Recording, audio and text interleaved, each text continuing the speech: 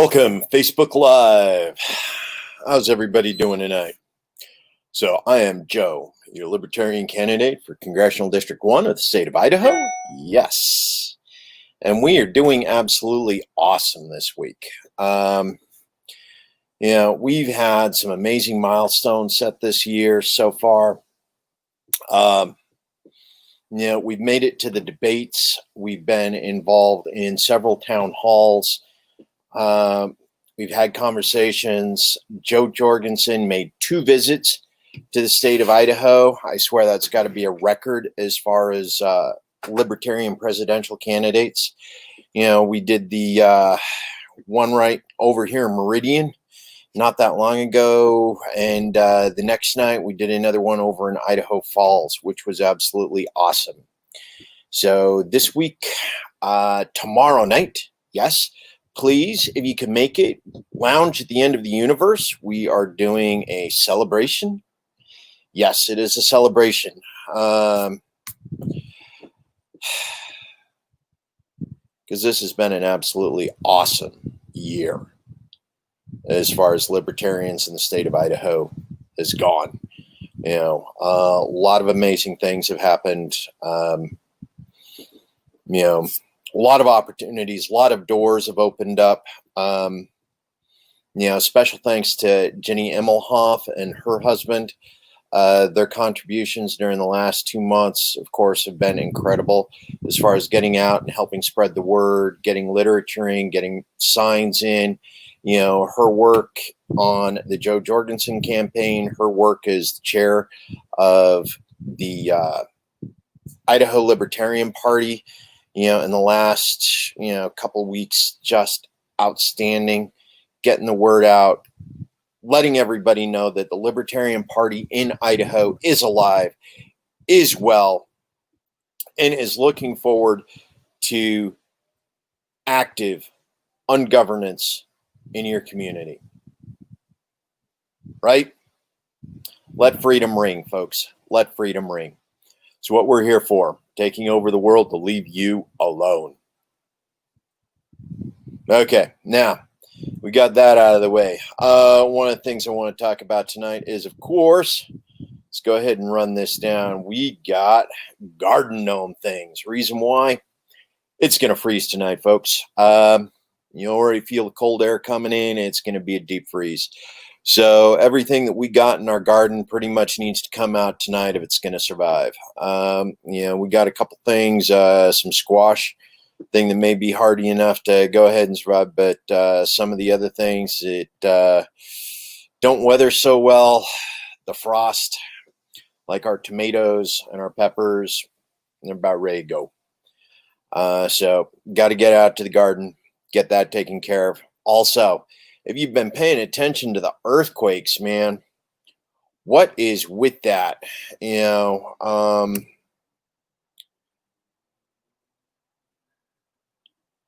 me see if I can actually pull that up for us. So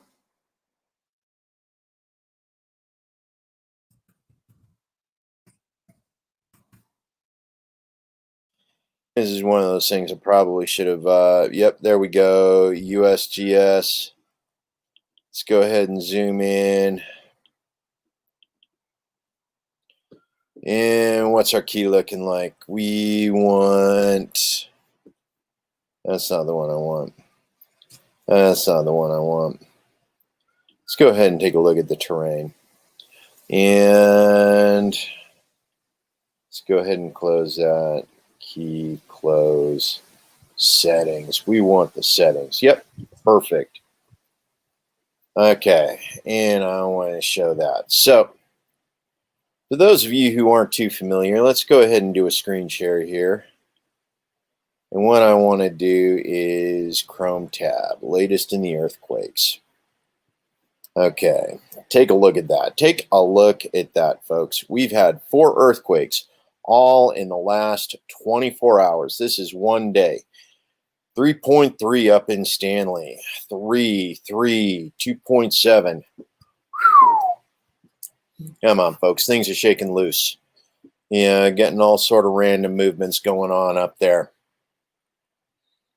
So if you're paying attention to earthquake Twitter, yeah, that's the thing. We got earthquake Twitter here in Idaho now. You know, these 3-point earthquakes have been happening up in Stanley on a pretty regular basis now for the last month. So, you know, fun.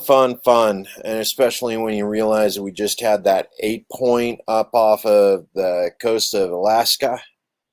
Yeah. Fun times. Okay. So, come on, folks. Talk to me. Tell me what it is you want to talk about tonight. Because I've now covered the basics. Yes. Okay. Legalization of marijuana in the state of Idaho. Yeah. We got a few people that are very, very vocal about not wanting that to happen. Okay. Now, the thing is for about every one person I hear who says it's a bad thing for the state of Idaho, there's 100 license plates sitting in a dispensary parking lot just across the border.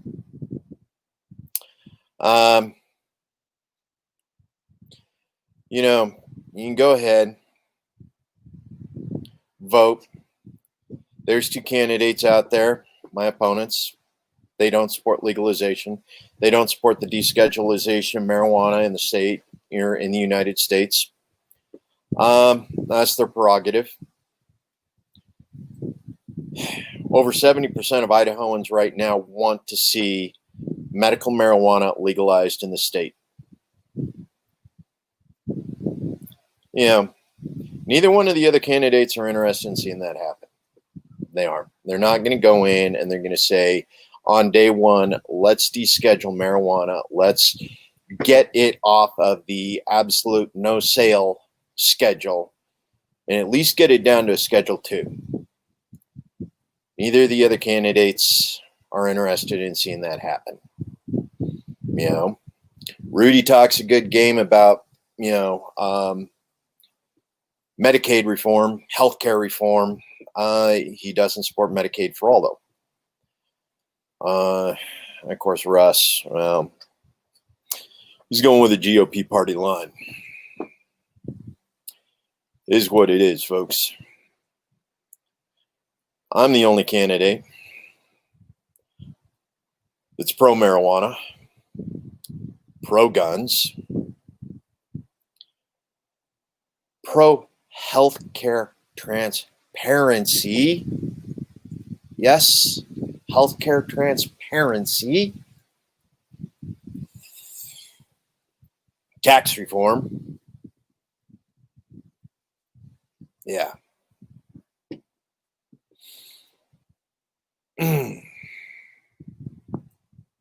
Come on, folks.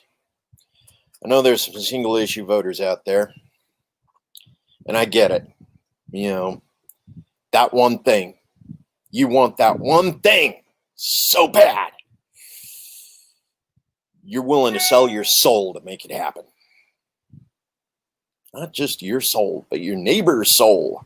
It's how bad you want it. Single issue. Why don't you run for office? That way you don't have to vote. Single issue. You can apply your conscience. To everything else. It's a thought, folks. Come on. Yeah, it's too late to run for office in 2020. You pretty much needed your name on the list back in March if you were going to stand half a chance. Too late to run for U.S. Congress, too late to run for U.S. Senate, at least this year. All those seats come up again in 2 years. Senator Mike Crapo, his seat comes up in 2 years. The seat I'm running for, Mike Simpson's seat, it'll come up again in 2 years. Every one of the state legislatures, state Senate seats, they'll all come up again in 2 years. You know what's happening in 2021? City councils. There you go. City councils. Yeah, go ahead. Run for Boise City Council. Run for Eagle City Council. We already got a libertarian who's going to run for the Eagle City Council. Run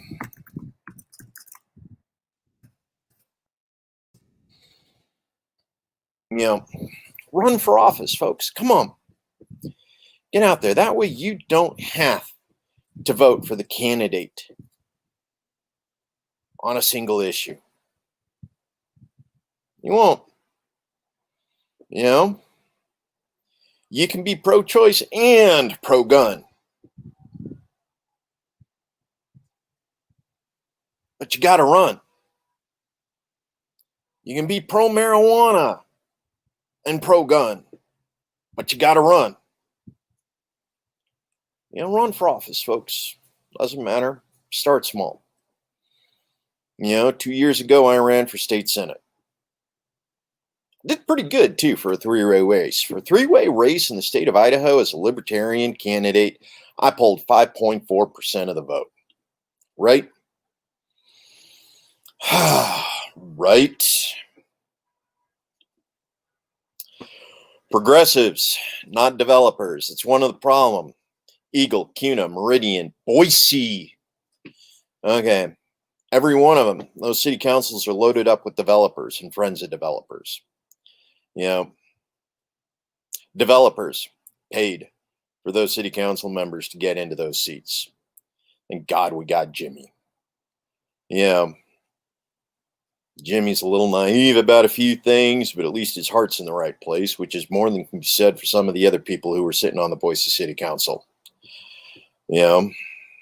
Lisa Sanchez is trying. I disagree with her on a couple issues, but she's trying. It's better than just going in, sitting down in the seat and say, yeah, developers, go do what you want. Yeah, you want to take a plot of land and buy it from CCDC and put some, $1,500 a month apartments on it? Please do it. Yeah. Developers, we got the same problem out in Eagle. So much crap as I like to talk about Mayor Beater. Mayor Beater actually did a fairly good job of retaining, the hills. He managed to keep most of the Boise development out of the city hills. Now, of course, partially he's obligated to, because a lot of that property up there in the Boise foothills is actually land trust property. Okay, it was gifted to the city for a very specific purpose.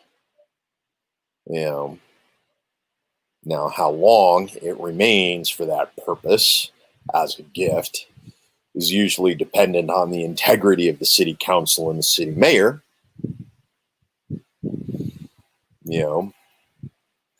And whether or not there's a watchdog organization that's willing to sue them the second they step outside of the terms of the gift, which seems to be a bit of a problem, considering most of those organizations that used to be watchdog organizations for things like that,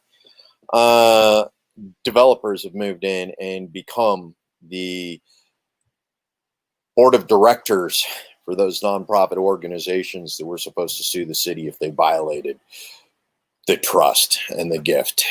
Yeah, funny how that works. But yeah, they come in $1,500 a month and they call it affordable housing. Thing is every property that's been built in the Treasure Valley, and this is all across the Treasure Valley, from the foothills in the east, Micron Technology out there, the little community that sprung up around that, all the way out to other side of Caldwell. Developers have come in and actually set up and said $1,500 a month as affordable housing. Every developer, like all four of them who managed to secure through hook and crook building rights in the Treasure Valley, with the different cities. Yes, it's a protection racket, folks. It is. It's mercantilism. The developers with the rights to build in the Treasure Valley have bought the respective city halls, which is why you can only buy from about 4 or 5 developers in the city. You can't actually go in and hire your own crew to build a house on a plot. Funny how that works. You know, not exactly what I'd call a libertarian approach to growth here in the valley. You know, the thing is those 4, they got the permission to build, and they build just about any way they want. But they're the only ones allowed to build any way they want. Yeah, that's not the way a libertarian city council should run, folks. You know, somebody wants to buy a plot of land, they should be able to buy a plot of land. And if they want to build a house on it, they should be able to build a house on it. They shouldn't have to deal with a contractor for a developer, you know, and go through the list of rebuilds and say, this is the model of house I want. Yeah. Be a little more flexibility in that. That flexibility's disappeared over the last 40 years. Yep, Jason. Ronnie Republicans. Because we've had this conversation, right? You go left to Biden, you'll eventually get to Ronnie. Yeah, you go left to Biden, you'll finally get to Ronnie. Way left of Biden. You know, way left of Donnie. You'll eventually get to Ronnie. But yeah. Run, folks. Run for office. Jason, I understand why you don't want to. Ty, I understand why she doesn't want to. She'd kill people. She would. She really would. You know, I understand why some people don't run. They're high energy. They don't suffer fools. And they know they would kill people if they actually ran for office. You know, even relatively mellow individuals like yours truly has even contemplated it a few times. But no, we need to stay civil, folks. Civility. There's a watchword for the tyrant. You need to remain civil while I screw you. Otherwise, I'm going to call you crazy. I'm going to gaslight you. I'm going to gaslight your base.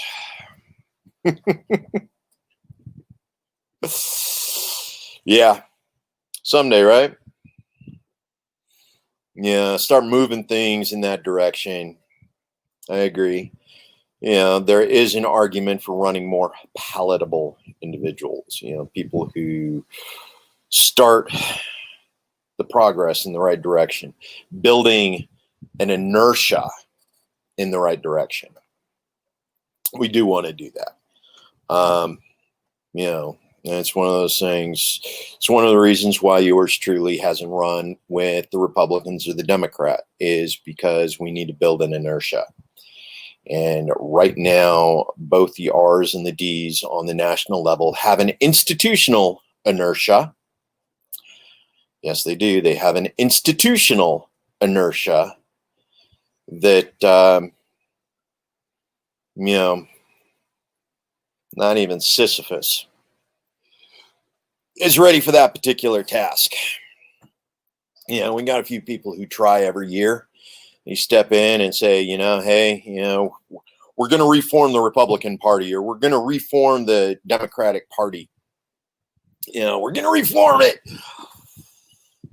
4 years later, they're still beating their heads against a brick wall. You know, you beat your head against a wall long enough, you get smart, right?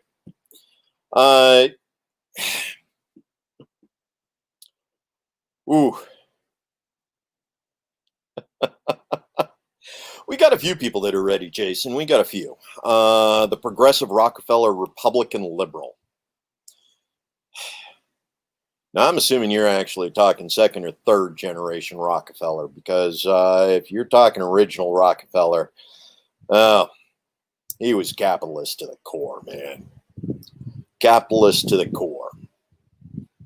His grandkids, though, some of them are pretty liberal. But yeah, some of the things that the Rockefeller Institution did, of course, they pioneered the whole foundation thing, didn't they? Rockefellers had the first major philanthropic foundation, and now you got the Bill Gates Foundation, the Jimmy Buffett Foundation, and the Clinton Foundation, and all the rest of those foundations. Yeah. I'm hoping the board of the Rockefeller Foundation is a little bit more legitimate than the board of any of the rest of those, because they've all been doing some really screwy stuff lately. Matter of fact, the socialism dressing. That's one of those things. Some of us that are right there in the middle. Social markets. I believe that's the term that's used for them. The social markets, socialist markets, market socialism. It's that area where you create rules about how the markets work. That's a little bit Keynesian. It's what FDR built. Yeah, FDR, 1930, his slow rebuild from the Great Depression, using the Keynesian markets, the Tennessee Valley Authority, the TVA was very Keynesian. It's one of those things. Keynes. I know his name's pronounced Keynes. Why do I keep saying Keynesian when I talk about his economic philosophies? Okay.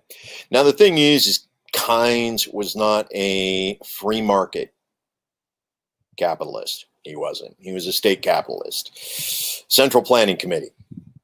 Yep. Central Planning Committee, 100%. You actually go back and you take a look at what the Tennessee Valley Authority did. It did some amazing things. The reason why is because it provided power to the Appalachians. There were an awful lot of people who didn't have electricity, didn't have an electric washing machine, didn't have an electric refrigerator.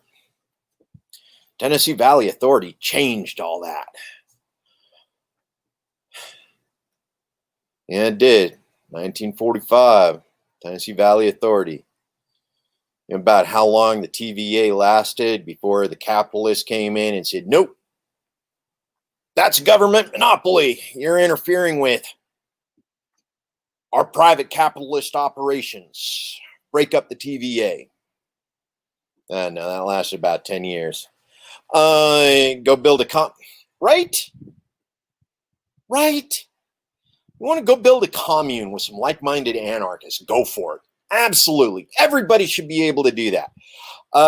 Right now, there's a family in Georgia, Freedom, Georgia. They just bought 90 acres in order to set up their own community. Just like that. Now, I don't know about state giving you the land, but I mean, if you can buy the land, if you can scrounge it up, got a couple good communes going down in Arizona. Adam Kokesh just set up he's got some acreage down there. If you're interested in moving in with an anarchist of the Kokesh mindset, but Freedom, Georgia, they got one. You got a couple in Hawaii. A couple in Southern California. Of course, the nice thing about Southern California is it's nice and temperate down there. You got good weather all year round. Good growing season. So literally, there's not a lot of harshness to the commune. You can set up a decent commune, Waco. Waco was a commune. Yeah. Ruby Ridge, think he had a few guests up there that sort of move in every so often. Those were communes. The Freeman up in Montana. It's another commune. Of course, the trick is it's got to be like-minded. It's got to be volunteers, right? It's got to be volunteers. Can't have everybody drinking the Kool-Aid like they did in Jonestown, right? I mean, one of the other things, Jason, we were talking about it the other day, right? The land back movement.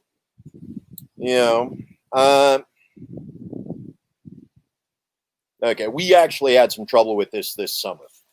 The Rainbow family. Remember that incident, Jason? The Rainbow family. And we had COVID come up. Like half the Rainbow family, whatever they want to call themselves, a Rainbow Clan. Yeah. But dude, half of them, hardcore.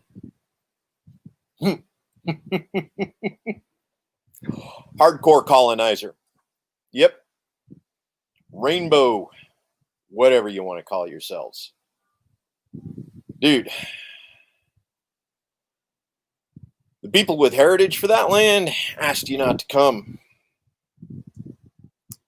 The community that maintains that land after you trash it asked you not to come. You were warned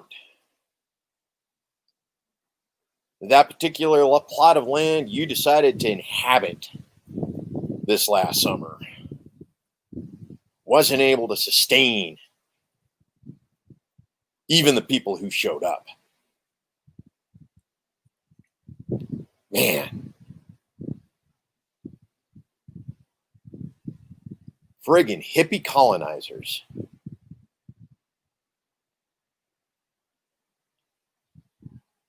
Talk about a screwed up dichotomy.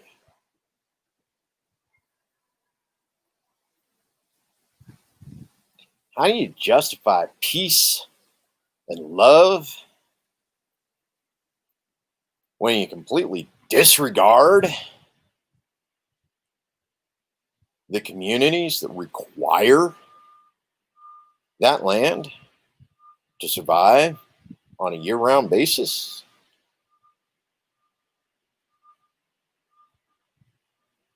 Dude, you just blew any respect I had for the Rainbow community. Tanked it. Totally. You colonizers. No ifs, ands, or buts. Yep. Faux self-sustainers. Yeah, they aren't self-sustainers, are they? You move into an area, trash it, and then move on. Somebody else has to go in and rehabilitate it after they're done with it.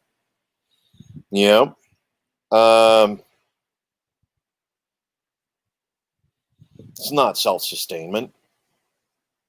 Running around trashing microbiomes, microenvironments, somebody else has to fix after you leave. Jesus. Come on, man. Rainbow. Yeah.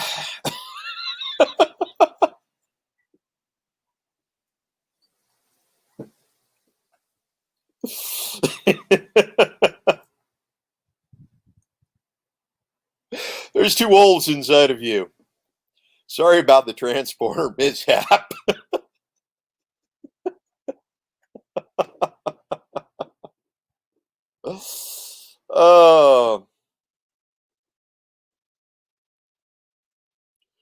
Which wolf is stronger? It's the one you feed, man. It's the one you feed. You feed the love, do you feed the hate? Yeah. Dude, you still got to be responsible. Right? You got to be responsible.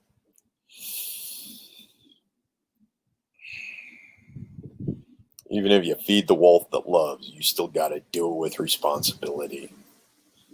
It's a cute saying.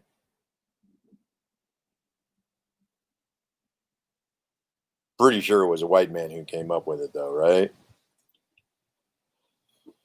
Uh,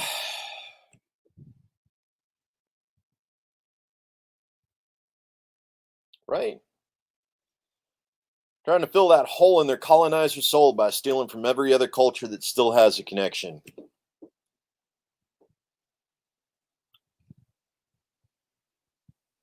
Okay, I'm going to get a little preachy here. I'm going to get a little preachy. Christian supremacy. Yeah, I'm going to rattle on about that for a little bit. Used to be we talked about white supremacy. You know, manifest destiny, the white people coming across, the Eurocentrism, and manifest destiny.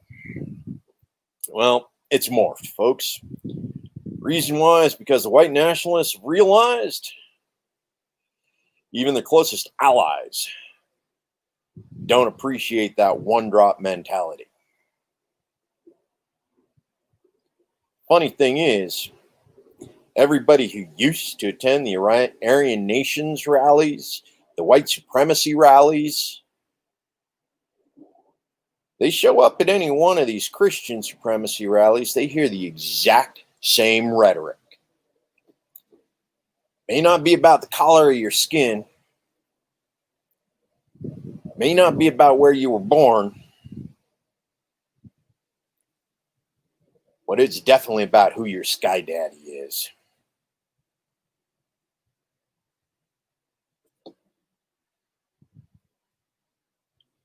There's a reason our founding fathers put the separation of state and church into our founding documents.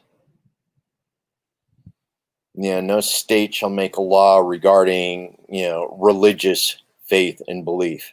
Reason why is because there was a different form of Catholicism or Christianity practiced in nearly every colony that originated in the 13. Every colony,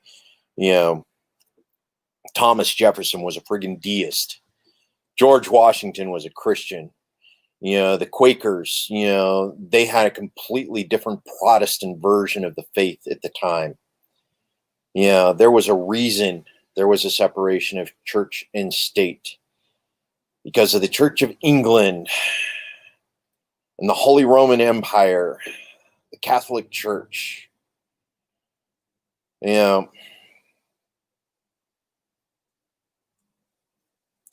America was not founded to be a Christian nation. America was founded with the intent of being able to welcome all people of all religions. And we welcomed them all.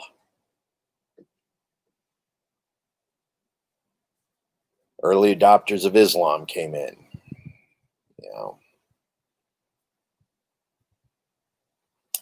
Jewish immigrants, Hebrew immigrants, Russian Orthodox, Greek Orthodox. We've seen a resurgence of neo-paganism, neo-shamanism here in the United States. You believe in the New Testament, there is no competition between them.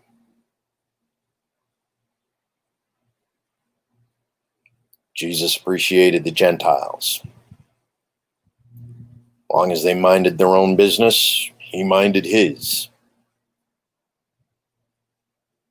2000 BC, you had the Silk Road running from one end of Asia clear to, from the Pacific Ocean to the Atlantic Ocean. Confucianism, Hinduism, Buddhism, Judaism, the Greco-Roman religions, all of the pagan religions, the Norse religions, all of them clear up into Gaul.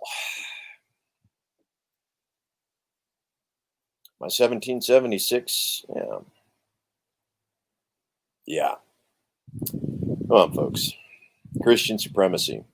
It doesn't do good for the land. It doesn't do good for the people. It doesn't do good for the community. It creates a bias. It separates us from the land. If you're worshiping the Sky Daddy, You're not paying attention to Mother Earth and the way she nurtures us. Sky Daddy don't feed you. Nuh-uh. Mother Earth feeds you. Mother Earth provides the bounty.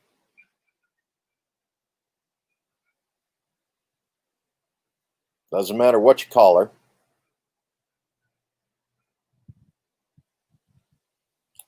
You know, the spirit of the earth is what feeds us. Ask any farmer. Sky God may bring the rain, but without the earth, you don't get anything. You'd ask any 90-year-old who had to grow up with with what happened to America in the 1930 Dust Bowl.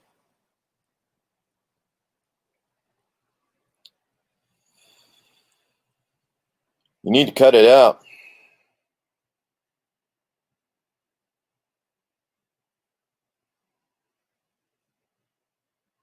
There's an awful lot of love thy neighbor out there. A lot of love thy neighbor out there that really knows how to feed that second wolf. You piss on him because you didn't take the words of Jesus Christ to heart.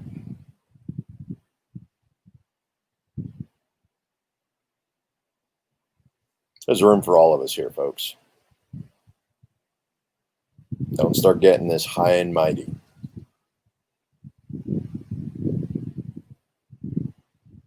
Okay. Thank you, Jason, for your participation today. Love it whenever you stop by. Gives me a little bit of focus, a little something special to talk about from time to time. It's good stuff.